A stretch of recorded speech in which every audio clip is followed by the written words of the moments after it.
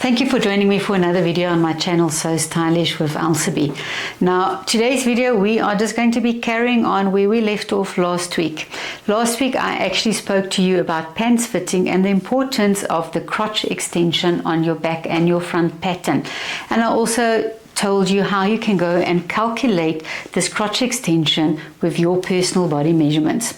Now, today's video, we're going to be looking at what you need to do with your pattern pieces before you even go and cut out your first test sloper. Now, I am working with my Surfer Designs pants pattern. That means that I'm working with my personal body measurements using the Surfer Designs graded master pattern and applying my measurements onto those grading dots that's there. So already I'm starting with a pattern that is really close to fitting me already. I've just got to go and fine tune it. Today I really just want to discuss with you what you've got to do for me on your pattern to make sure you're happy with your pattern work that you've done, that the pants is going to fit your body as well, that you've got enough ease in there. And this is just the steps that I need you to follow every time you're going to be working on one of your patterns. If you don't do this, you are actually, I almost want to say, going blind into sewing that test sloper because you don't know how much ease is in there. Is it going to fit my body? Remember, a lot of my pattern work that I do here, if it's not correct, it's come through on my test sloper as a fitting issue. In the meantime, it could be a pattern drafting issue that you have done. So that is why I really wanted to touch on this as well, just to help my Surfer Designs customers when they are busy working with their pants pattern. Now, when I do work with my Surfer Designs patterns as well, I always do use my Surfer Designs designing stylus. This has got all the curves on this ruler that I am going to need for my pants designing, for my bodice designing, any of those pattern pieces that I'm working with. We've got our front crotch curve, and I'm going to turn it this way. You can see this is our front crotch curve that we have there. It also mentions back neck curve because we can use just this little section for our back neck curve. I've got, if I turn the ruler this way, I've got my back crotch curve again, and then we've got our hip curve which is running on this side, and it can really be anywhere from there all the way to the bottom. We've also got our arm side curve on this area, and if I do flip it around, this is going to be my front neck curve basically on that area. So you can see this ruler is really versatile. I'm going to use it with all my pattern work that I do. Now, as I mentioned, I want you to go and look at ease so that you know that when you're cutting out your test sloper that you've got enough ease in there, that it's not going to be fitting too tight.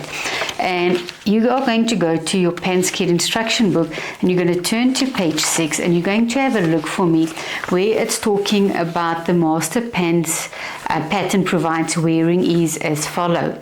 Now, the measurements that's given here for us is for our full or low hip ease. And as you can see, I've got lines drawn on my pattern. This is my crotch level. That is my low hip measurement. That was my high hip measurement. That's where I actually worked with the grading dots on our master pattern. Now it's telling me that I've got to make sure that on this area I do have enough ease in there. And the ease actually changes according to your size. If you look at the size grading dots, the first one is going to give us basically, if you were using for a size 28 to 40 inches, and that is our 71 to 101 centimeter measurement on this lower full hip measurement.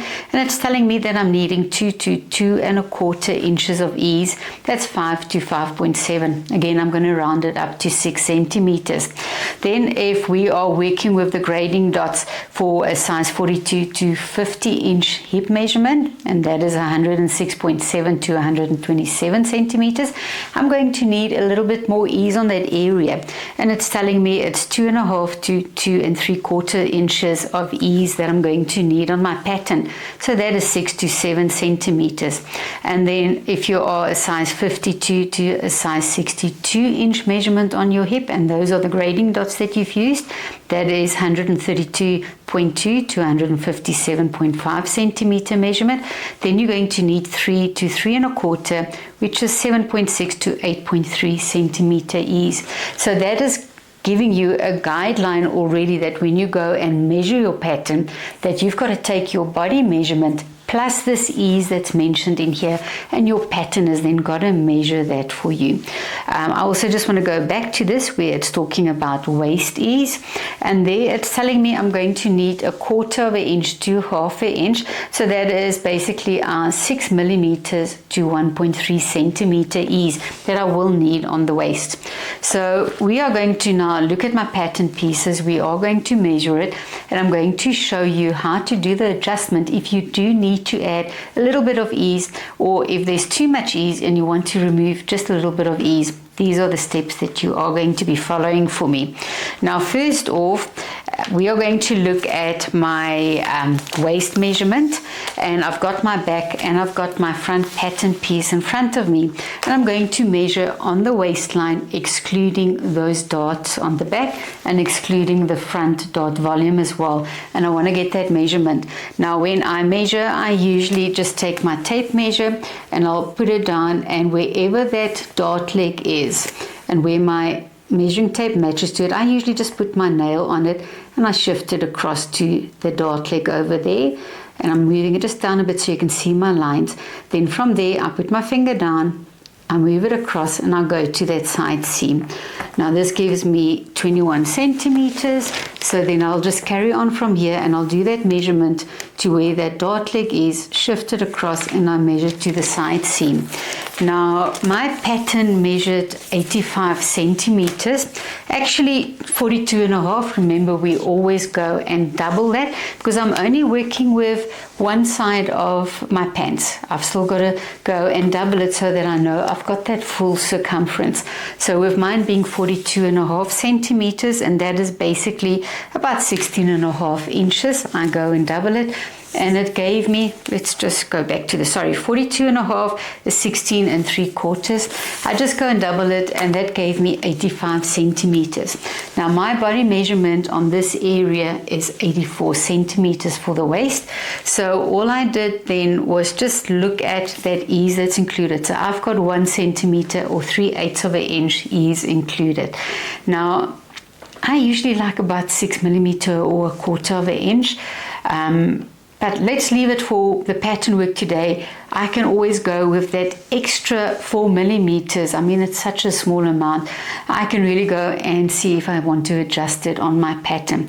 If I had, let's say, 5/8 of an inch or 1.5 centimeter ease, then I know there is just too much ease. I've got to go take it off. And whatever that difference is that you've got to remove off your pattern piece, remember, always divide it by 4. And you're going to then do it on that side seam for me. We're not doing any changes on the crotch line at all. It will be the front and back left side and the front and back right side that I will do that change. But for now, let's imagine that I'm happy with that. Now the next measurement that I am going to do will be at that low or that full lip measurement, and again I'm just measuring from the side seam to the crotch line. I will pick it up from there. I'll just go and do that measurement over there as well. Now my measurement came to, when I doubled the measurement that I've done here, it came to my 112 centimeters. 112 centimeters, let me just tell you, it's just over 44 inches. Now I'm short, let me just think, I was short 2 centimeters. I've only got 3 centimeters of ease on that area. I want 5 centimeters, which is 2 inches. So I am basically short 3/4 of an inch.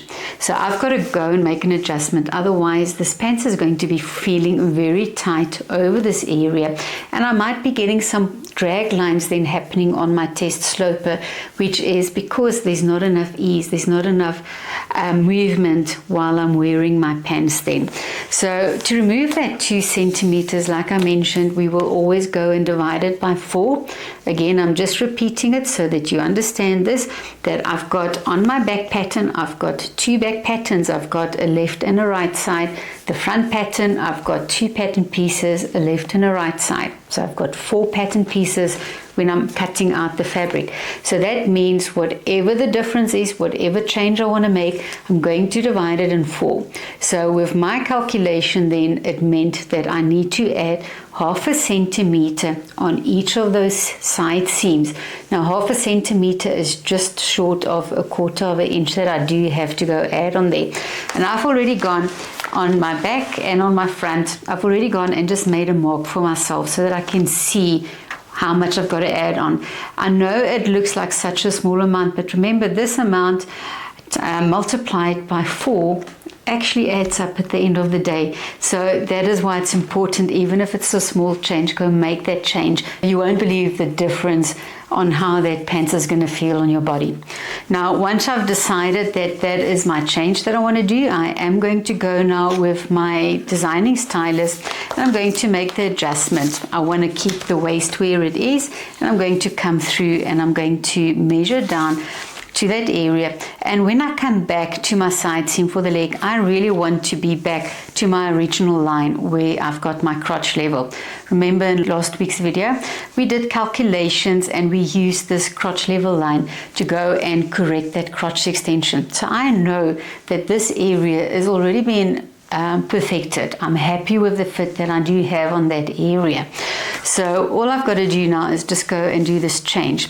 Now here I do also want to mention, when you are working with your ruler, on this area we do have the hip curve sitting on that area, and so many times we see pants that's being sewn and fitted that's almost causing a little bit of a bubble on this area.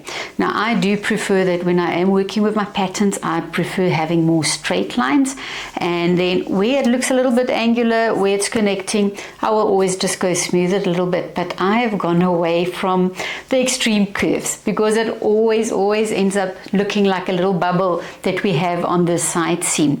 So when I work with my hip curve, I prefer using the straighter line that I do have on my curve on this side, and I will go and put it down where my waistline is, and I will then go and shift it up or down, and you'll see when I drew my pattern originally, that is basically where I had it, and I will draw to about there, and then I will just curve it slightly on that area, and basically my pants going down to the hem is a straight line. I prefer those straight lines. It is just so much better on my body, and I think for a lot of you it's also going to be working because, as I said, we always see when we get photos for fitting that there's always a little bit of a bubble there, and you've got to go back to your pattern or your slope and you've got to go and just correct that seam for me. So rather work with your straight lines when you can, and just where it looks like it's a little bit angular, you're just going to go back with your ruler and you can go smooth a little bit. So let's go and just change my pattern, and I'm going to just take a chance. I'm going to be brave and work with my Sharpie from the start and not with a pencil line. I haven't gone and drawn any pencil lines. So I just want to go see what is going to happen on this area. And the way I'm looking at it, I really don't want to go add on any more on this area. You can go measure on that area, but we're not really giving you information on the ease there. But as long as I do have enough on that area so that it corresponds to my body measurement with just a little bit of ease, that's going to be fine. I really don't want it to be too loose on that area. So I'm going to now see how can I place this ruler so that I'm still keeping quite a straight line, and I think I'm going to do this, and I'm just going to pick it up from there, and you'll see I just try and come more or less to where I need to add on there. I'm going to then flip it around, and I'm going to see what is the best way to come down. And here I want you to note, look what I'm doing if I'm doing this. Can you see that? It's going to relate to showing as a bubble on that side seam on my body. So I'm still looking, how can I bring it in? And in this place now, this is where I will say, well, I'm going to go up a little bit straight there, not to create too much of a bubble. So I will go and see how can I bring it in from the side seam to not be too extreme curve on that area.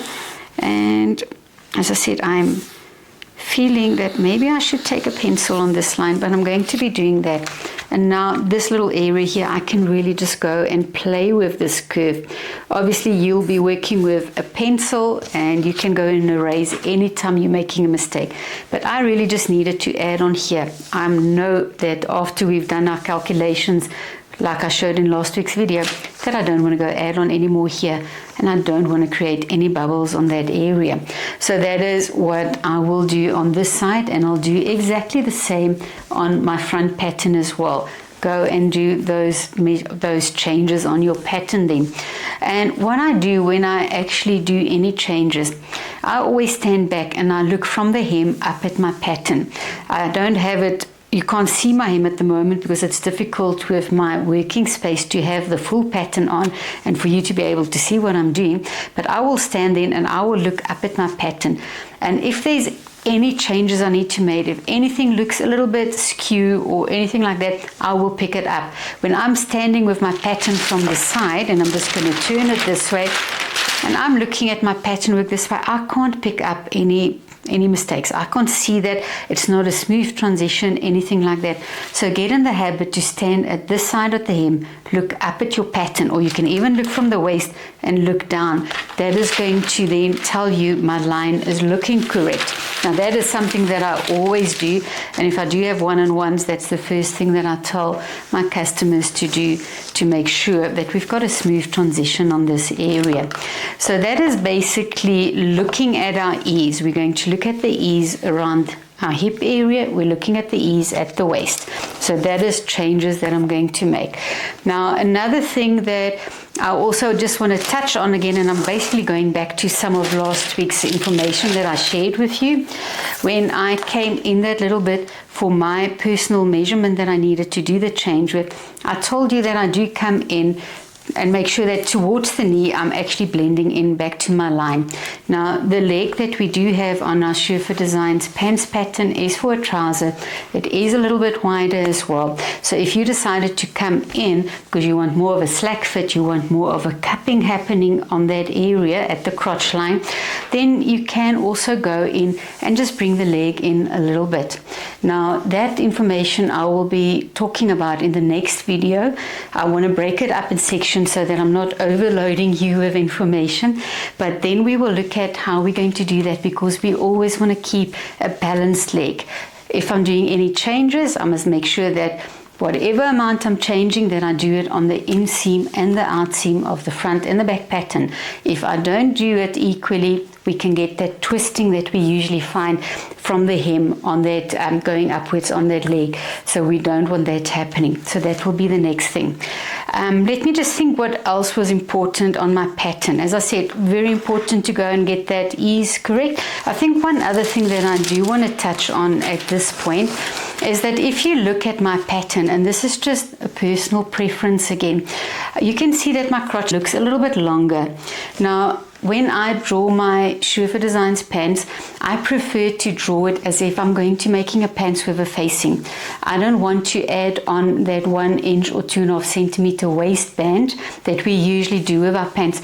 And again, as I'm saying, this is a personal preference for me, because I want this sitting in the waist area so that any designing I'm going to do, if I want a wide waistband, I already know this is my waistline position.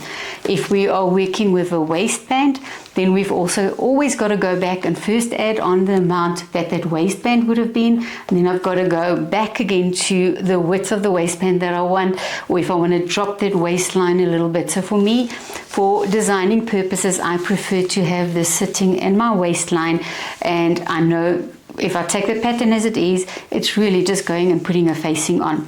Now that it means you're changing your measurements that you're going to do. Your instructions in the how-to instructional videos will tell you to put a band around your waist, which is 1 inch or 2.5 centimeters. You measure from under that band, and that is your crotch length that you're going to measure. Now, I just put a thin elastic in my waist. I'm not doing a little bit of a band because I know I'm not going to be sewing on a waistband. I hope I'm not losing you at this point, but it's just one of the changes that I do prefer. And I must say, a lot of my customers also prefer to do their pants that way.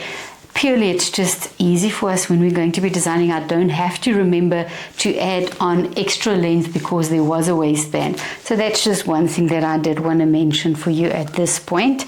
So that is it for today. And I think before I forget, I always forget to say that please like and subscribe to my channel so that you do get notifications of new videos that's going to be added. So until our next video, happy sewing.